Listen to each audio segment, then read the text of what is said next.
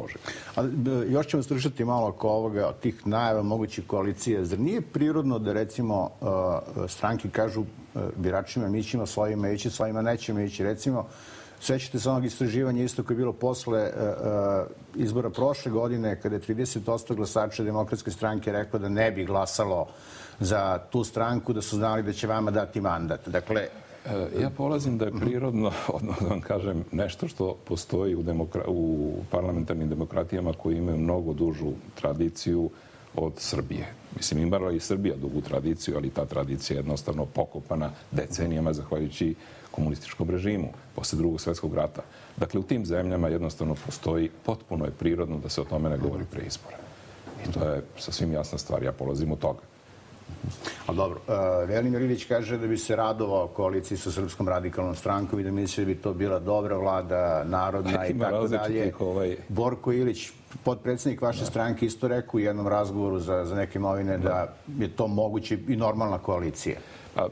vam kažem, stvari stoje ovako. Principi su potpuno jasni. Ja se držim i nečega što važi za taj demokratski svet, da tako kažem, koji ima vekovnu tradiciju. Držim se za nešto što je politika Demokratske stranke Srbije. Kao što znate, u novinama kad ima različitih interpretacija, različito prenetih izjava. Kad se u novinama, i to ne kad, nego vrlo često sudaraju naslov i tekst. Dakle, ono što vidite u naslovu nije u tekstu. Prema tome, da skratim vašu znatiželju, u stvari stoje tako. Dobro, ja ću još oko ovog malo da pričam. Evo, što cijela priča nastaje u stvari očigledno onoga trenutka kada je Tomislav Nikolić rekao da vi ipak možete da budete premijer u toj koaliciji. Dakle, to je u stvari, on je na neki način, da kažemo, zavrteo tu celu priču. U današnjem intervju u Večernjim novostima Tomislav Nikolić to ponavlja. Kaže, da, mi možemo da budemo u koaliciji sa Demokratskom strankom Srbije. Ono nije sporno, ne znam zašto bi bila sporna, ona je dobra, poželjna koalicija, to je koalicija Vojislav Koštunica može da bude premijer. Dakle, time je ta priča otvorena na neki način. Pa, to je pravo, naravno, Srpske radikalne stranke i njenog zamjenika predsjednika da zastupa ovakav stav. Ja prosto polazim od nečega što je uobičajeno u svetu.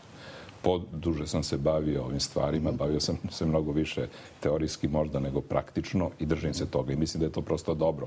Prosto mislim da postoje neke stvari na koje i naša javnost treba da se navikava i da prosto obaveza političara jeste da neki način deluju i da prenose neka iskustva koje postoje u drugim zemljama, ne da neki način da stvaraju nešto što je mimo sveta, nego da polako, ako hoćemo u svet, ako hoćemo integracije, ako hoćemo Evropu, onda se držimo tih pravila, tako? Dobro. Ali kada vi kažete, recimo, postoji jedna vaša izjava, da vi kažete da će sledeća vlada sasvim sigurno odmah podneti tužbu protiv zemalja koje su priznale nezavisnost Kosova. Dakle, mi sad znamo da to u ovom trenutku nije uređeno, ali postoji razlika između vas i Demokratske stranke u tome šta treba uraditi. Da li tu treba tužbu podneti ili ne treba? Dakle, vi to onda s kim radite? Pa ovog puta predmet je tužba i predmet je država. I ovdje da manemo za čast tu partijsku kombinatoriku i ko s kim hoće, ko s kim neće. Jednostavno, veoma važno je da Srbija preduzme sve korake koje stoje na raspolaganju protiv zemalja koji su priznali jednostavno proglašenu nezavisnost Kosova, jer time jednostavno se potpuno ogoljuje pravno nasilje, prvo kosovskih institucija, zatim zemalja koji su to pravno nasilje podržali, bile to Sjedinjene Američke Države ili pojedine evropske države, i time se zaustavlja jednostavno ta tendencija, ta u početku plima, kako se očekivalo u Vašingtonu i Briselu, da će se odjednom krenuti, jel tako, u prvoj nedelji 4 zemalja za mesec za 100. Dakle, veoma je važno, s druge strane, da ostavimo na stranu opet ovu, ja znam da postoji interesovanje za odnos između stranaka, ali mislim da je pitanje države i njene budućnosti i njenog integriteta važnije od bilo čega drugog. Jedan niz vodećih svetskih pravnika koji se bave međunarodnim pravom, ne samo Thomas Weiner koji je bio član našeg državnog pregovaračkog tima, na to ukazuju. Jednostavno, potrebno je da povedete, narodski rečeno, parnicu, makar protiv jedne od tih zemalja, pred Međunarodnim sudom pravde. Pravno su stvari potpuno čiste kad je reč o našoj argumentaciji. S druge strane, ta stvar ima veliki publicitet. I prosto ja govorim na taj način. Očekujem da će vlada koja biti sutra formirana uraditi ono što vlada, čiji sam predsjednik bio, nažalost nije i pored mog nastojanja nije do sad uradila. A kako ste vi sigurni da će to ta vlada da uradi? Pa ja vam kažem da očekujem da se to uradi. Očekujem da se to uradi i govorim o tužbi, znate. A mislim, kako će vlade biti sastavljene, bit će ih u jednom trenutku i to je, verujte, neuporedivo manje važno od pitanja ovog pitanja šta će biti sa Srbijom. Vlade prolaze i odlaze, političke stranke prolaze i odlaze, kombinacije se menjaju na izborima i posle izbora, ali za nas je važno u ovom trenutku pitanje države. Ja prosto hoću javnosti da skrenem na pažnju da je propuštena prilika da se to uradi. Možda su propuštene još neke prilike kad je reč o borbi koju vodimo za očuvanje teritorijalnog integriteta Srbije, odnosno Kosova u Srbiji. Ovo sam spitao zato što je ta vaša izjava bila izričita. Otprilike ste rekli nije bilo očekujem da će sledeća vlada, nego sledeća vlada. Da vam skratim muku, naglasak je na tužbi. Pa imate, očigledno, pošto vas više zanima ovo pitanje partija nego i odnos između partija nego države i Kosova. Ali naglasak je na tužbi. Jednostavno to mora da se uradi. Mi smo o tome mnogo raspravljali u samoj vladi i onda je u jednom trenutku drugi deo, dakle pre svega Demokratska stranka rekao da, mi ćemo to uraditi u septembru mesecu na Generalnoj skupštini i većina zemalja, pokušat ćemo da pridobijemo većinu zemalja da traži mišljenje Međunarodnog suda pravde. Mišljenje i tužba, svaki čovek sa ulice jednostavno zna, običan čovek zna da je velika razlika između mišljenja i tužbe. Ako nekoga tužite, onda znate i tekako da ste u pravu. Ako tražite mišljenje, možda se dvoumite. Ako uradite sada, ne sada, nego pre mesec dana je to trebalo uraditi i više, odmah posle 17. februara, onda su već izgledi da zaustavite. Možda bi neko od ovih zemalja koje su umeđu vremenu priznale Kosovo, mi zaustavili na taj način. Ako radite u septembru mesecu, šta će biti do septembra? Najzad ima još jedna stvar.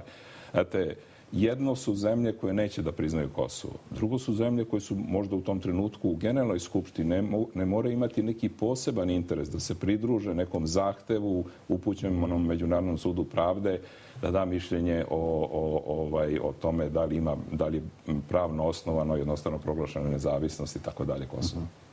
Dobro, ostaćemo malo i kod tužbe, pošto ste insistirali na tome.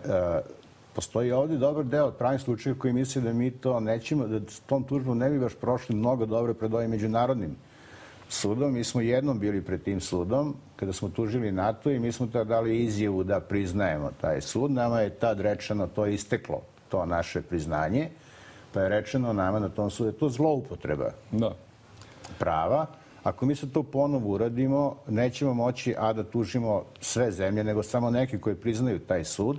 To je jedna stvar.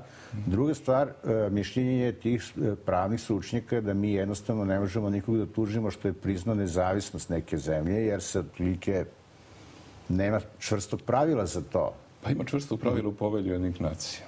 Ima čvrstog pravila u toliko što Povelja Ujedinjenih nacija garantuje integritet svih postojećih zemalja. Ja uporno ponavljam jedno i pravim sledeće poređenje. Isto onako kao što je u Ustavu svake države svetinja pojedinac. Dakle, on mora biti zaštićen u svom integritetu, fizičkom, intelektualnom, sloboda mišlji, sloboda izražavanja, veroispovesti i tako dalje. Tako vam je u Povelji Ujedinjenih nacija, koja je svetski ustav, zapravo zaštićena svaka država.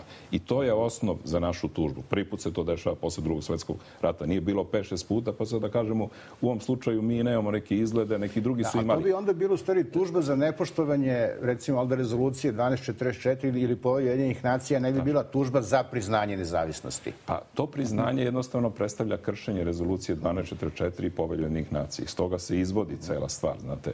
A ova paralela sa NATO-om je opet nešto sasvim drugo. Druge su okolnosti, znate, i to je mnogo osetljivije. Tu je tek teško priznati pod tim velikim pritiskom vojne sile, zapravo Vašingtona, jer NATO je naravno samo sredstvo u rukama Vašingtona, priznati ono što je urađeno 1999. godine.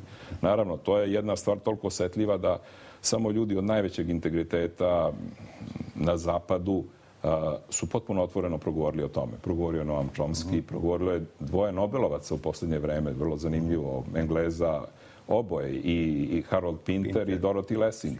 Oni su progovorili. To je više nego jasno, ali to je vrlo neprijatno za tu zapadnu političku i vojnu elitu. Vrlo je neprijatno za intelektualnu elitu Zapada, koja je onako zdušno, papagajski, horski krenula to da hvali, čak da razvije jednu teoriju kad je reč o tom bombardovanju, sećate se, o humanitarnoj intervenciji. Dakle, ne bih poredio te dve stvari. Ova je stvar, ono je zaista stvar čistog fizičkog nasilja i kršenja opet prava, ali da se zadržimo na ovom našem slučaju. Imamo povelju, imamo rezoluciju 1244, oni garantuju određene stvari. Na osnovu toga se podnosi tužba. Ali mi smo